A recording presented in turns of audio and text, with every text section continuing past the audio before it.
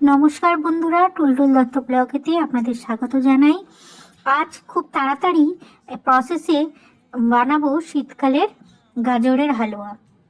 গাজরগুলোকে গায়েগুলো ছুলে নিয়ে লম্বা লম্বা করে কেটে প্রেসার কুকার বসিয়ে তাতে 1 কাপ জল দিয়ে আমি এগুলো সেদ্ধ করে নেব এবং 2টো সিটি দিয়ে আমি সেদ্ধ করব। আপনারা বুঝলে আপনাদের মতন করে নেবেন।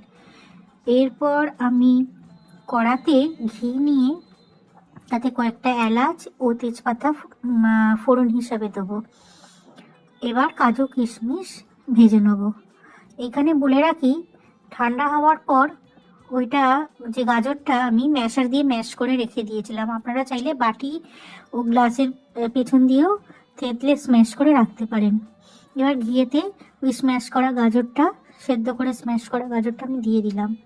এবার ভালোভাবে আমাকে পাক দিতে হবে। দেখুন একটু জল আছে, এই জলটাকে সম্পূর্ণ আমি মেরে ফেলবো।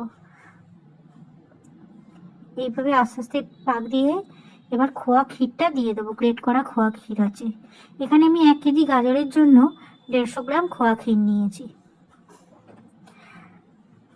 এই খোয়া ক্ষীরটা দিয়ে ভালোভাবে এবার আমি পাক দেবো। এখানে আপনি আপনার বুঝে যেমন পারবেন মিষ্টিটা দিতে পারেন।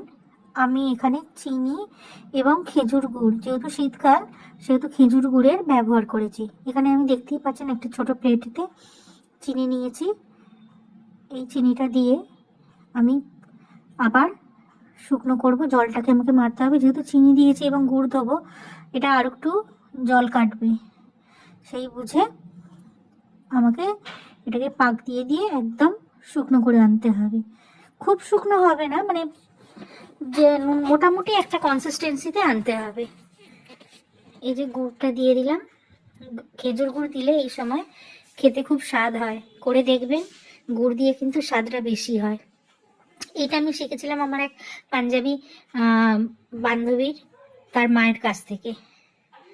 দেখুন জল প্রায় সব শুকিয়ে গেছে। জলটা বুঝে কিন্তু দেবেন, সেদ্ধও হতে হবে অথচ বেশি জল থাকবে না। এই যে নামিয়ে নিচ্ছি আমি। এইভাবে একবারটি করে দেখবেন, খেয়ে বলবেন কেমন হয়েছে।